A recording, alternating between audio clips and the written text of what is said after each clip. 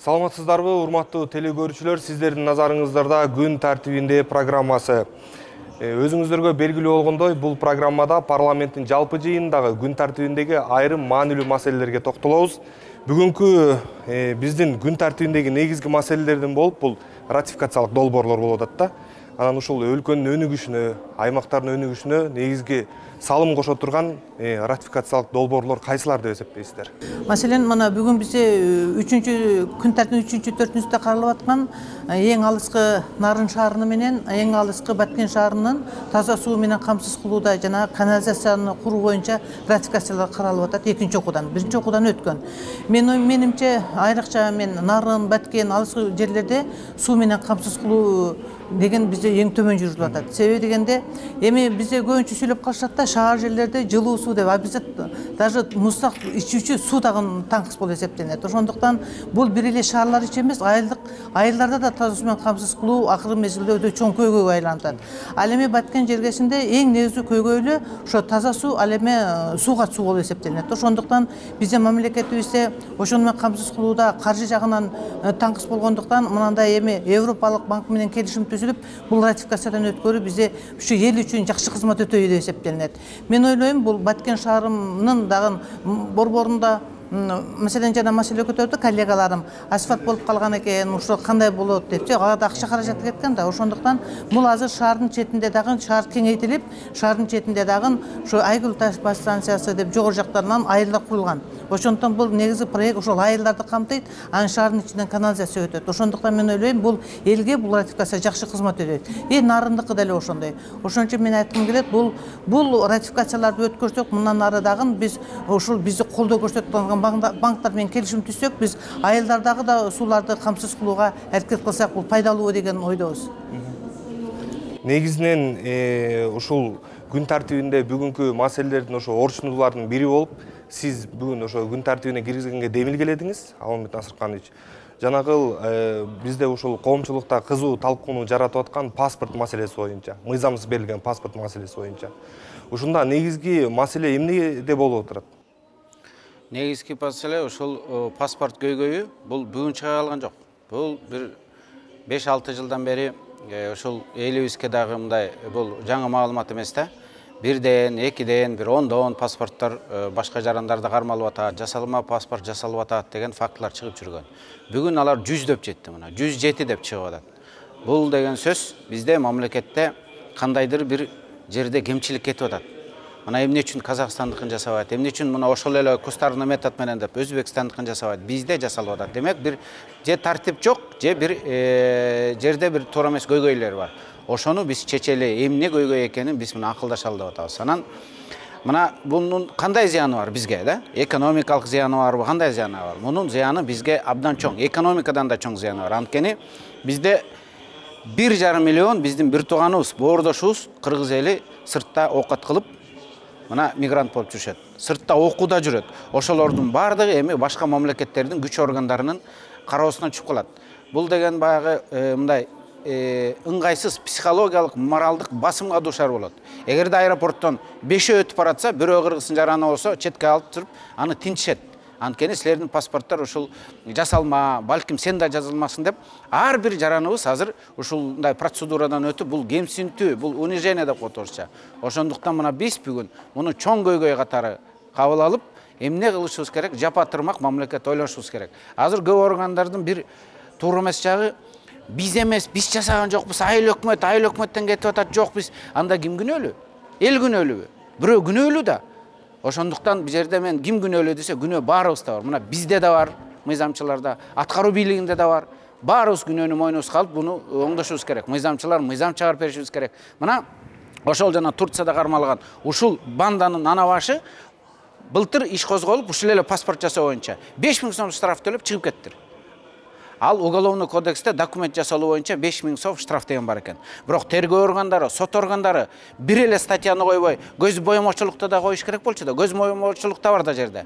Эгерде 2 статья бир болгондо, уюшкан топту койсо, 3 статьяны бир койсо, ал 5000 сом эмес, 5-6 жылга кесилмек. Бөгөт коюлмак. Айтып атпайбы, бизде мыйзамдарда ушул 5000 сом штраф экен деп. Бирок мыйзамда уюшулган топ менен деген бар. Анда санкция көбүрөөк. мыйзамда көз боемочулук деген бар, көз мошенничество, ал да бар. Аларды койбой атпайбы? Көрдүңүзбү? Соттордо да бар саат, тергөөдө да бар саат. Мына бизде да саат бар. Аткаруу бийлигинде да саат бар. Биз ошондуктан бири-бирибизге күнөөнү оодара салбастан баарыбыз жоопкерчиликти мойнубузга алып, булга чекит коюшубуз керек. Кармат Бабашевна, ушул биздин кыргыз жарандын паспорттары башка тектүү адамдарга берилиши менен бул улуттук коопсуздугубузга шек келбейби деген маселе бар да. Албетте. Өзүңүзгө белгилүү бизде бүгүнкү күндө ушу экстремизм менен күрөшүү аябай жогорку деңгээлде. Бүгүнкү күндө билип атасыздар, бизде ар кандай жагдай, мына диндик агымдарда дагы ар кандай койгөбүз бар. Ушул жаатта анын үстүнө жана менин коллегам айтып кеткендей, биздин Кыргызстандан мигранттар сыртка чыккандар өтө көп болуп атат. Ошондуктан мен айткым келет, бул паспорттун бул мындай чыккан эмеси биздин чындыгында келгенде биздин мамлекетибизде өтө кооптулукту жаратат. Себеби дегенде ишенимди да уже арткызып коет. Себеби дегенде билип атасыздар, азыр эми бул жерден экспертизадан өткөрүбүз керек. Бул жерде кайсыл жерде жасалган деген бул дагы бизде өзү алаксытуунун бир түрү да. Мен айткым келет, жана коллегам мен туура айтты. Бул жерде бул маселе мурдатан козголуп, бирок ошо мурдатан чекит коюлгандыктан кайта кайталанып, уже чет өлкөгө чейин жетип, биз уже мамлекеттин үстүнөн уже ашкерелегенге чейин жетип. Ошондуктан мен айткым келет, бул жерде көзөмөл органдардын деле катасы көбүрөөк. Кече дагы бизе комитетте караганда биз суроо бердик, чындыгында келгенде бул окуянын алдын алып туруп, мурда маселе көтөрүлгөндөн кийин улуттук коопсуздук кызматы же болбосо көзөмөл органдардан алдын алса болмок эле да. Ошон үчүн кээде жөнөкөй адамга ушу кармалдырганда иш козгогондо 3, 4, 5, 6 статья коюлат да. Ал эми мынандай адамдарга эмне үчүн бир статья менен кеткенде бизи кооптондурат. Мындан сырткары бул жерден азыр биздин паспорт бизден жасалган, кайсыл жерде жасалган, эгерде башка жерде жасалган болчу болсо, эмне үчүн башка мамлекеттин паспорту башка жерде жасалат, а биздин эмеден паспорт башка жерде жасалат деген ой бар. Ошондуктан бул маселе өтө чоң глобалдуу болуп эсептелинет. Ошон үчүн бул биздин эң туура айтты, биздин сыртта жүргөн граждандарыбызга дагы өтө катуу текшерүү жана ишенбөөчүлүк, же болбосо кээде керек болчу болсо, коррупцияга жол ачып да керек болчу, бизде таза чыныгы настоящий паспорт болсо деле бул фальшивый паспорт деп бир топко чейин кармап, штраф өндүрүүгө дагы мындай шарттар түзүлүп калып атат да. Мындан сырткары мен айткым келет, биздин мына аэропорттордон же болбосо кайсыл жерден болсо биздин чек ара көзөмөлдө бар да, өтө катуу көзөмөлдө жүргүзүш керек мындай нерсени. Ошон үчүн мен айткым келет, бул эми азыр бүгүн палатадан убакыт болсо бүгүн, болбосо эртең карайбыз. Мындан сырткары азыр мунун акырына чейин изилдөө чыгып, экспертиза чыккандан кийин менин оюмча мунун бардык ушу эл өкүлдөрү болобу, аткаруу бийлиги болобу, бийликтин бардык бутагы болобу, бул боюнча акырына чейин чыгышыбыз керек деген ойду айткым келет. Алмамбет Насырканович, ушул паспорт жазуу маселеси да, ушул бизден мына бүгүнкү күндө ушул массалык түрдө паспорт жасалды деп коомчулукта кызуу талкуу жаратып атабыз да. Башка өлкөлөрдө да ушундай паспорт жасап, көпчүлүк түрдө кармалган учурлар кездешкенби? Эми бүгүн Сарбашев айтып атпайбы, Америкада жасайт экен, анан башка жакта. Муну кандай түшүнсө болот? Бизде да жасай берели дегендейби? Биз мына ошол паспорт жасаган боюнча ана башыларга эң алдыңкы лидирующий мамлекеттерге кирип атпайбызбы? Салмагыбыз боюнча, саныбыз боюнча, экономикабыз боюнча кичинекейбиз. Ал эми паспорт жасоо боюнча Америкага тең атага чыгып атабыз да. Мисалы үчүн жаман жагыбыздан алар менен дагы кошо тең ата болуп атабыз. Ошондуктан бизде бул өтө эле чектен чыкты деп коет го, чектен чыгып баратат. Муга тревога уруп, баарыбыз ушу жапа-тырмак киришпесек болбой калды. Муга керек болсо президентте көңүл буруш керек, коопсуздук кеңешинде көтөрүлүш керек, парламентте көтөрүлүш керек, өкмөттө биринчи көйгөй болуш керек. Ушу жарандарды каттоого алган бизде негизги орган мамлекеттик каттоо кызматы болуп эсептелинет да. Анан ушундай бир коомчулукта кызуу талкууну жараткан ушундай инциденттин болушуна мамлекеттик каттоо кызматына чара көрүлүш керекпи деген. Эми аны менен маселе чечилбейт. Жана биз чара көрүп, анын ордуна башканы коюп койсок кайра эле ушул көйгөй кайталанат. Бул жерде бул тамыры терең кеткен. Бул жерде бир маселе ошол жана паспорт, бул Деларуудан келген, Англиядан жасалган паспорт болуп атпайбы? Ал бардык жанагы 30 парак паспорттун бардыгы деген ушул неме болуп калган жок. Могу паспорттун баары жасалган жок. А жерде бир эле барагын айырып туруп башкасын мындай акырын чаптап коюп атышат. Калгандары өтүп атпайбы? Бул жерде 12 элемент защита бар. 12 элемент. Анын бардыгын кустарным образом мындай үйгө отуруп алып эч ким жасай албайт. Ошондуктан ал чек арадан өтүп кетип атпайбы? Ошондуктан сатып алгандарда кепилдик менен алып атат да. Ошо бул жерде биз ошондо кимди күнөөлүү деп тапсак болот? Ошондуктан биз муну териштирсек, бул мындай проблема өтө чоң. Ага бир 10 мүнөттүк убакыт жетпейт да, мындай. Бул паспортты $200 азыр айтып жүрүшөт. Мен мына СМБнын өкүлдөрү менен сүйлөштүм. $200 кээ бирөөлөр мына арак алмаштыргандар бар. Залогко койгондор бар комокторгочу. $200 сатып алып элдерден. Анан бул жерин айырып башка тиркеп, башка бирөөнө берип атат да. То есть бөгөт коюш үчүн бизде биринчиден мыйзамга өзгөртүү киришибиз керек.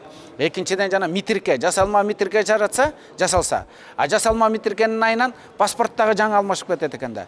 Айтор көйгөй көп. Ошонун ичинде жоопкерчиликтин дагы жоктугу.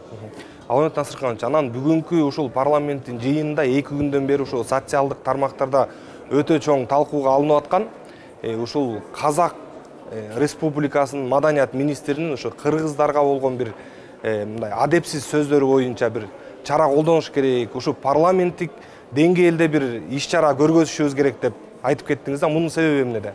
Мындай бул жерде баса белгилеп коюш керек. Жалпы боордош казак эли, жалпы боордош казак эли бизге бир тууган эл, эң жакын эл ушул казак эли бизге.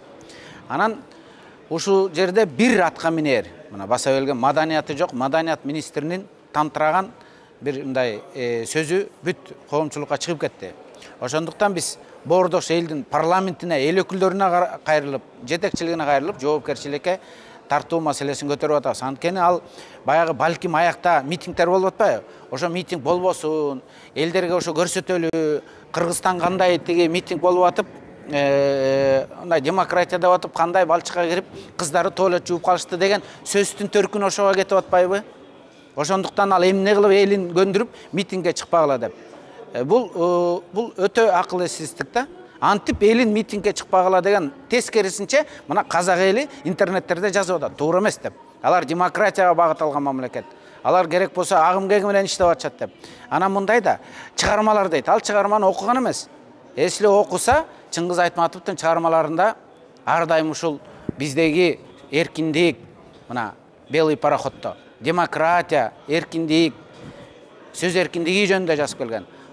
Маңкуртта болсо, ошол как раз ошол жана министрге окшогон адамдар жөнүндө жазган. Жан дүйнөсү жарды, маданияты жок, өзүнүн адамдык сапатын жоготкон адамдарды маңкурт деп атаган ал. Чоң рахмат сиздерге келип маек куруп бергениңиздер үчүн. Урматтуу телекөрүүчүлөр, сиздер күн тартибинде программасын көрдүңүздөр. Парламенттеги болуп жаткан жаңылыктар менен Парламент радиосу ошондой эле кеңеш кечи сайтынан таанышсаңыздар болот. Саламатта туруңуздар.